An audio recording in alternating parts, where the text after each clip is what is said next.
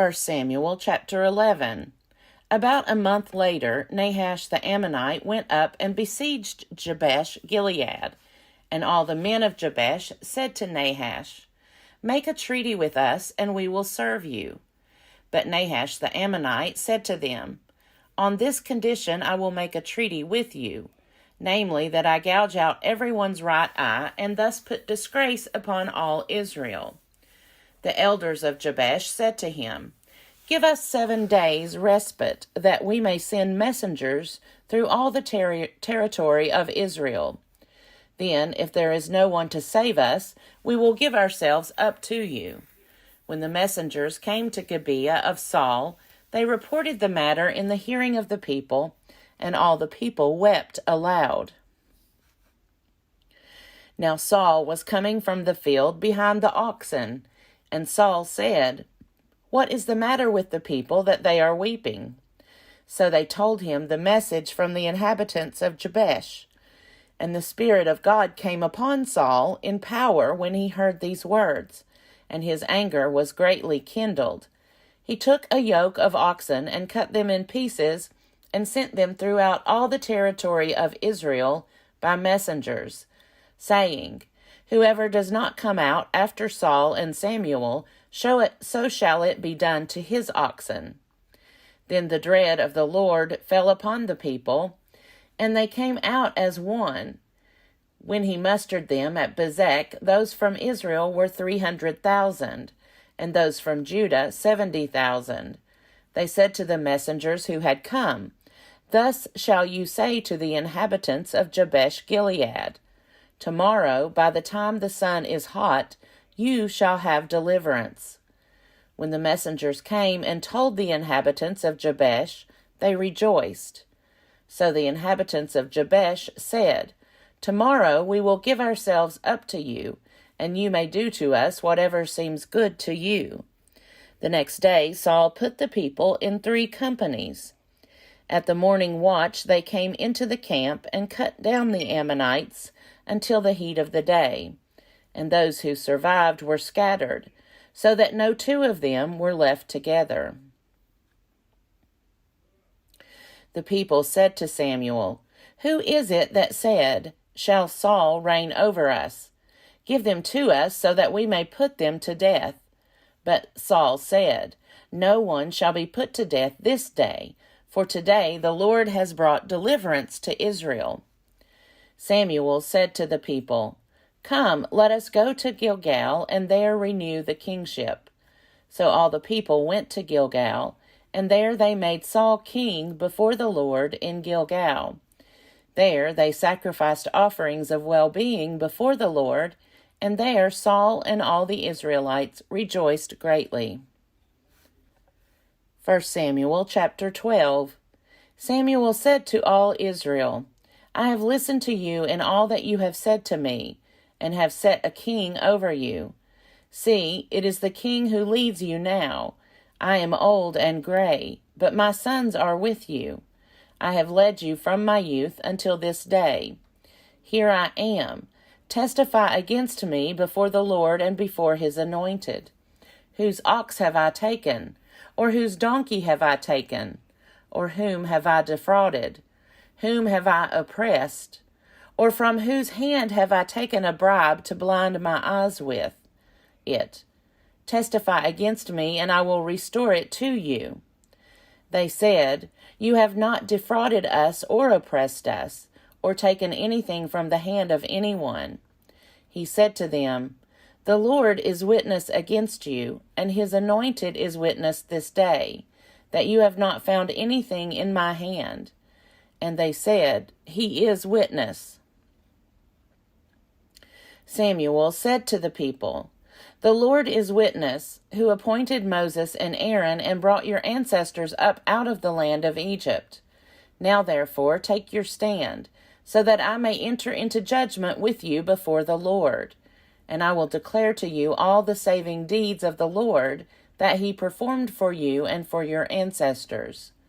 When Jacob went into Egypt, and the Egyptians oppressed them, then your ancestors cried to the Lord, and the Lord sent Moses and Aaron, who brought forth your ancestors out of Egypt, and settled them in this place. But they forgot the Lord their God, and he sold them into the hand of Sisera, commander of the army of King Jabin of Hazor, and into the hand of the Philistines, and into the hand of the king of Moab, and they fought against them. Then they cried to the Lord and said, We have sinned because we have forsaken the Lord, and have served the Baals and the Astartes. But now rescue us out of the hand of our enemies, and we will serve you. And the Lord sent Jerubbaal and Barak and Jephthah and Samson, and rescued you out of the hand of your enemies on every side, and you lived in safety. But when you saw that King Nahash of the Ammonites came against you, you said to me, No, but a king shall reign over us, though the Lord your God was your king. See, here is the king whom you have chosen, for whom you have asked. See, the Lord has set a king over you. If you will fear the Lord and serve him and heed his voice, and not rebel against the commandment of the Lord, and if both you and the king who reigns over you will follow the Lord your God, it will be well. But if you will not heed the voice of the Lord, but rebel against the commandment of the Lord, then the hand of the Lord will be against you and your king. Now, therefore, take your stand and see this great thing that the Lord will do before your eyes. Is it not the wheat harvest today? I will call upon the Lord that he may send thunder and rain, and you shall know and see that the wickedness that you have done in the sight of the Lord is great in demanding a king for yourselves.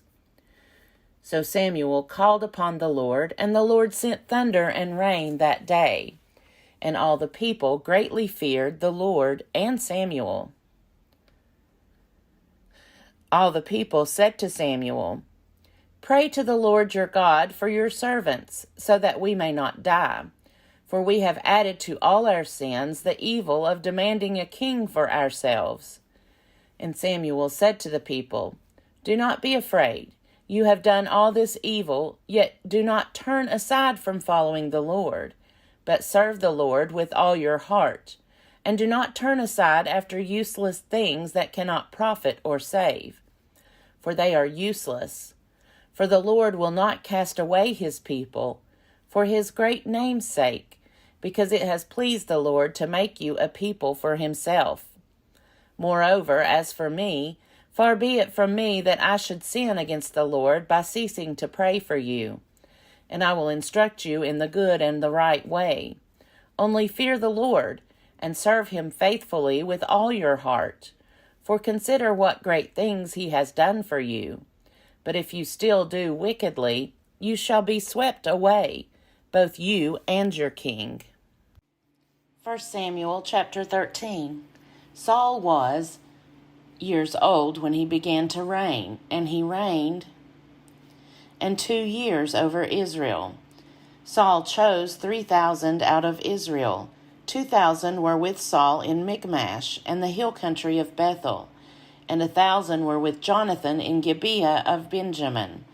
The rest of the people he sent home to their tents. Jonathan defeated the garrison of the Philistines that was at Geba, and the Philistines heard of it. And Saul blew the trumpet throughout all the land, saying, Let the Hebrews hear. When all Israel heard that Saul had defeated the garrison of the Philistines, and also that Israel had become odious to the Philistines, the people were called out to join Saul at Gilgal. The Philistines mustered to fight with Israel 30,000 chariots and 6,000 horsemen, and troops like the sand on the seashore in multitude. They came up and encamped at Michmash to the east of Beth-aven. When the Israelites saw that they were in distress, for the troops were hard pressed, the people hid themselves in caves and in holes and in rocks and in tombs and in cisterns. Some Hebrews crossed the Jordan to the land of Gad and Gilead. Saul was still at Gilgal, and all the people followed him, trembling. He waited 7 days.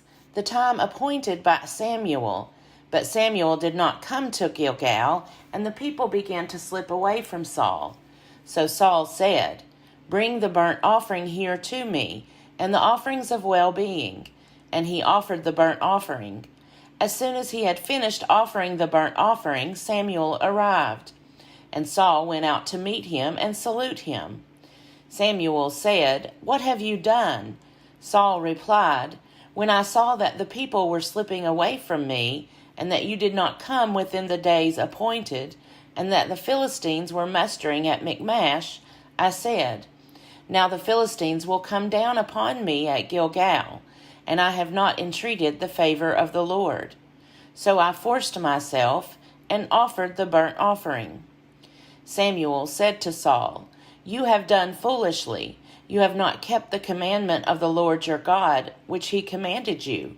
The Lord would have established your kingdom over Israel forever, but now your kingdom will not continue. The Lord has sought out a man after his own heart, and the Lord has appointed him to be ruler over his people, because you have not kept what the Lord commanded you." And Samuel left and went on his way from Gilgal. The rest of the people followed Saul to join the army. They went up from Gilgal toward Gibeah of Benjamin.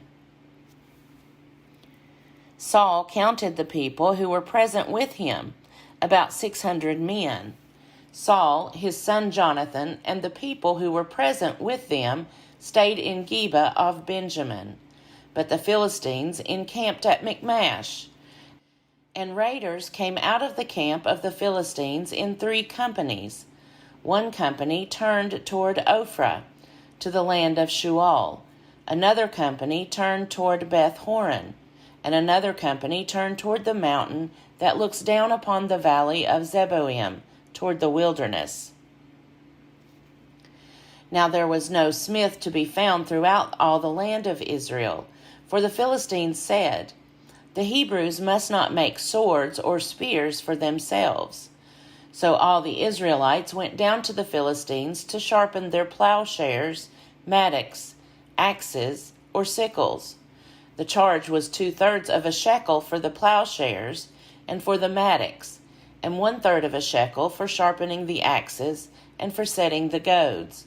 So on the day of the battle neither sword nor spear was to be found in the possession of any of the people with Saul and Jonathan.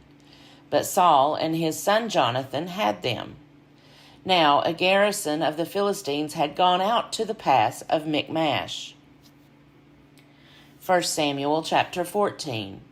One day Jonathan, son of Saul, said to the young man who carried his armor, "Come, let us go over to the Philistine garrison on the other side." But he did not tell his father. Saul was staying in the outskirts of Gibeah under the pomegranate tree that is at Migron. The troops that were with him were about 600 men, along with Ahijah, son of Ahitub, Ichabod's brother, son of Phinehas, son of Eli, the priest of the Lord in Shiloh, carrying an ephod.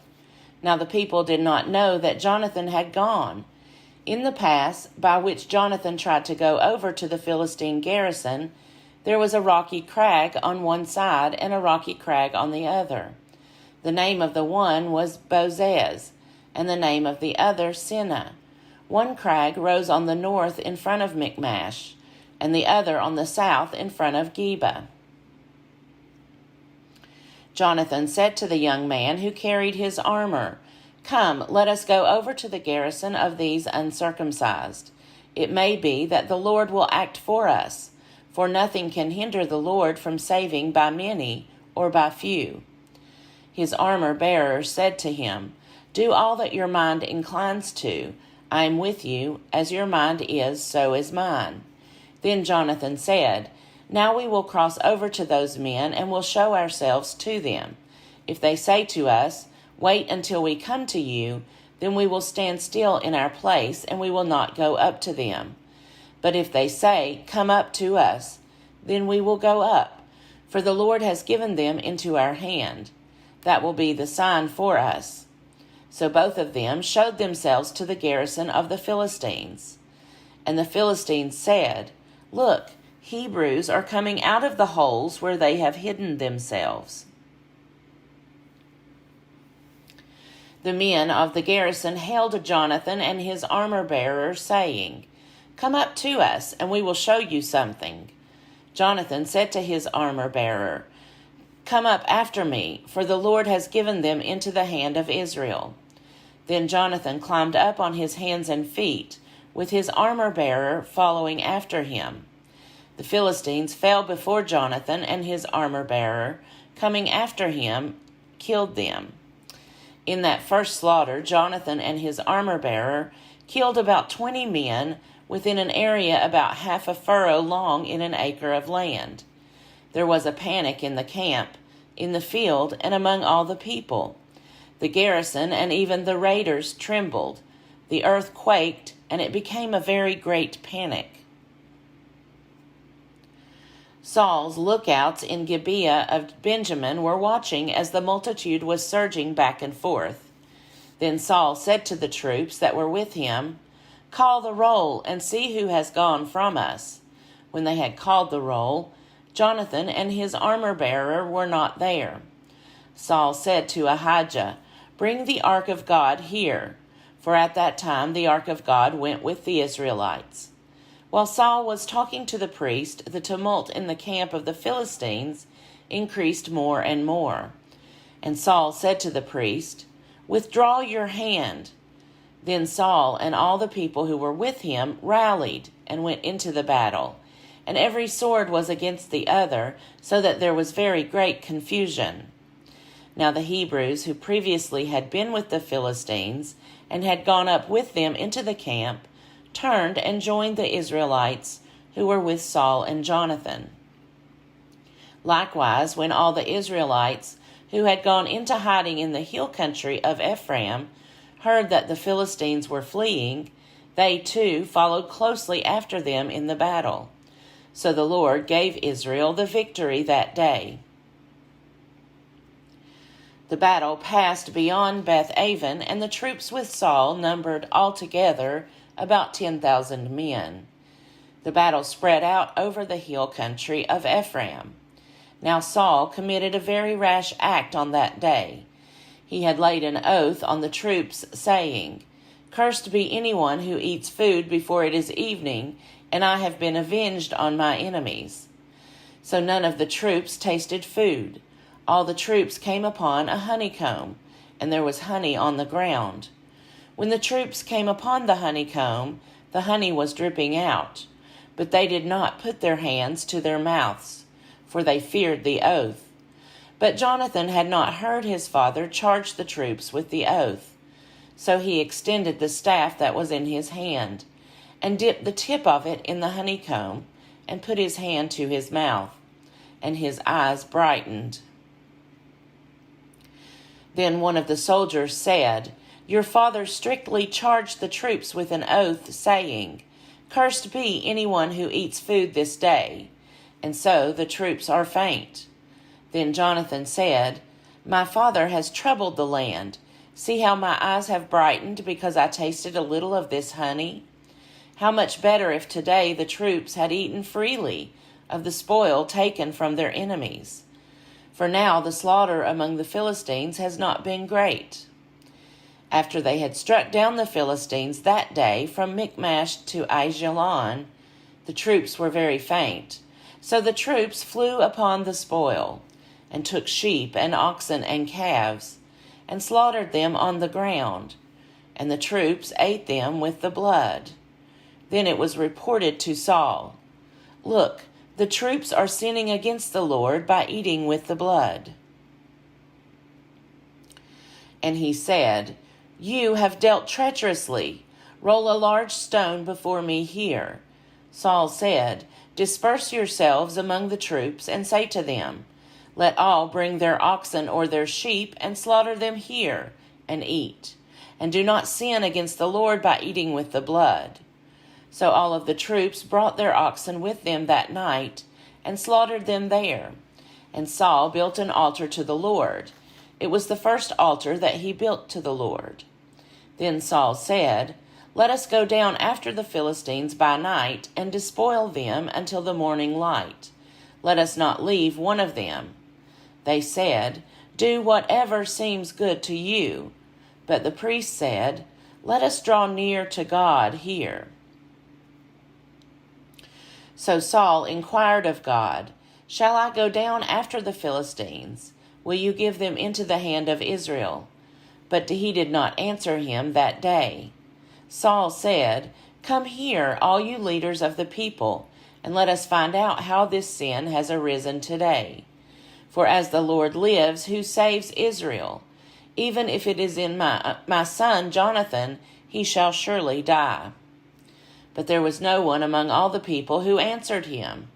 He said to all Israel, You shall be on one side, and I and my son Jonathan will be on the other side. The people said to Saul, Do what seems good to you.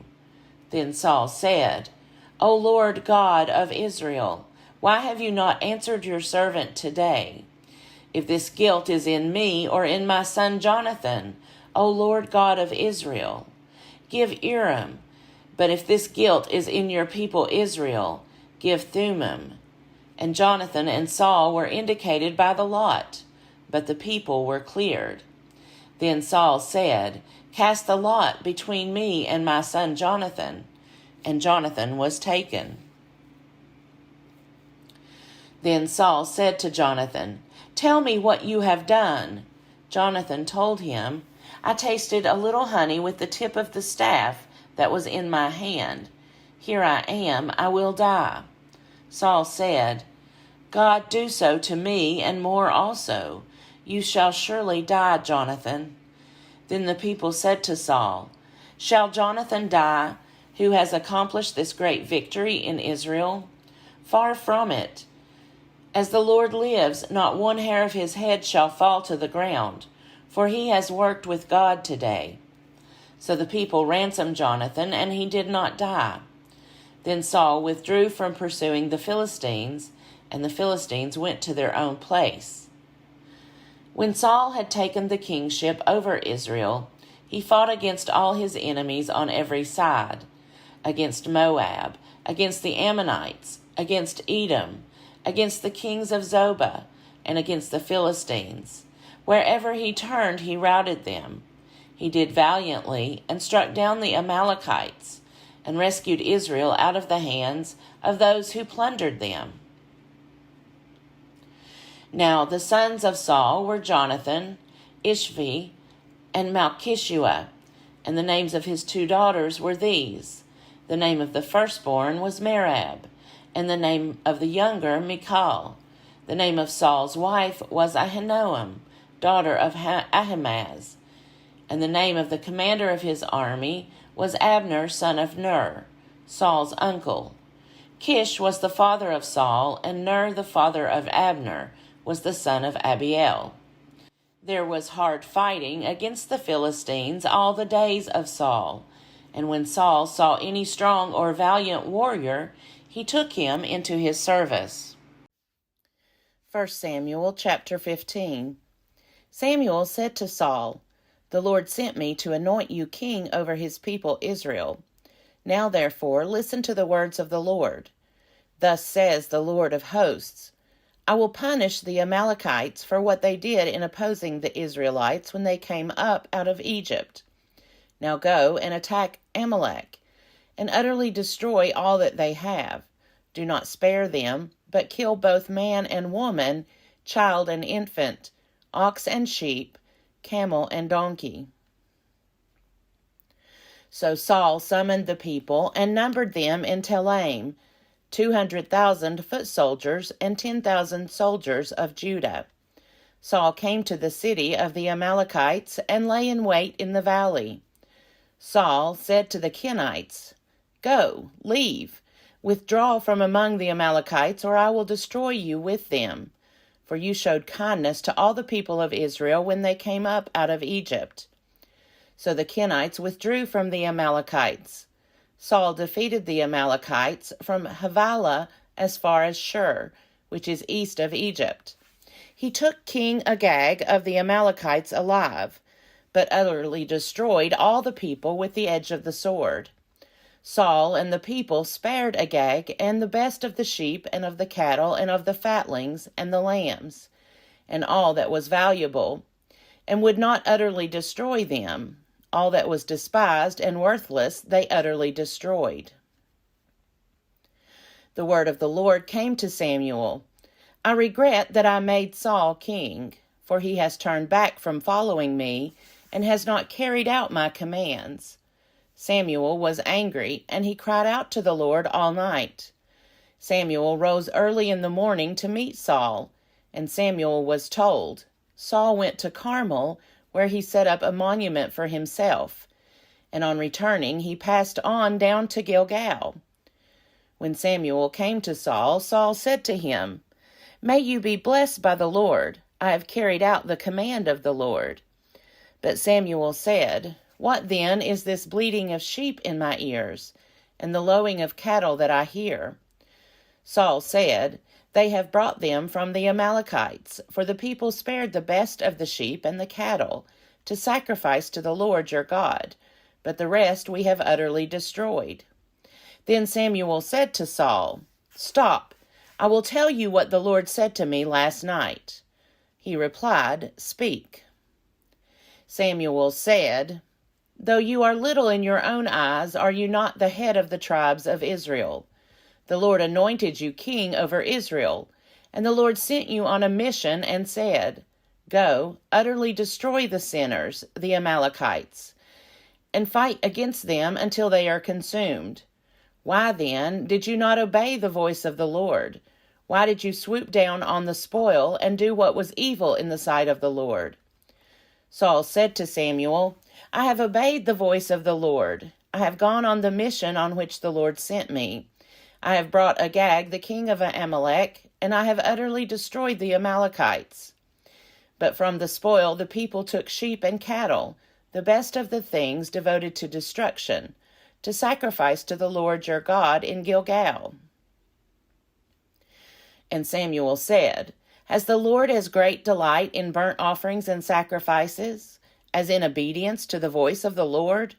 Surely to obey is better than sacrifice, and to heed than the fat of rams. For rebellion is no less a sin than divination, and stubbornness is like iniquity and idolatry. Because you have rejected the word of the Lord, he has also rejected you from being king. Saul said to Samuel, I have sinned, for I have transgressed the commandment of the Lord and your words, because I feared the people and obeyed their voice. Now, therefore, I pray, pardon my sin and return with me, so that I may worship the Lord. Samuel said to Saul, I will not return with you, for you have rejected the word of the Lord, and the Lord has rejected you from being king over Israel. As Samuel turned to go away, Saul caught hold of the hem of his robe, and it tore. And Samuel said to him, The Lord has torn the kingdom of Israel from you this very day, and has given it to a neighbor of yours, who is better than you. Moreover, the glory of Israel will not recant or change his mind, for he is not a mortal, that he should change his mind. Then Saul said, I have sinned, yet honor me now before the elders of my people and before Israel, and return with me, so that I may worship the Lord your God. So Samuel turned back after Saul, and Saul worshipped the Lord. Then Samuel said, Bring Agag, king of the Amalekites, here to me. And Agag came to him haltingly. Agag said, Surely this is the bitterness of death. But Samuel said, As your sword has made women childless, so your mother shall be childless among women. And Samuel hewed Agag in pieces before the Lord in Gilgal. Then Samuel went to Ramah, and Saul went up to his house in Gibeah of Saul. Samuel did not see Saul again until the day of his death, but Samuel grieved over Saul, and the Lord was sorry that he had made Saul king over Israel.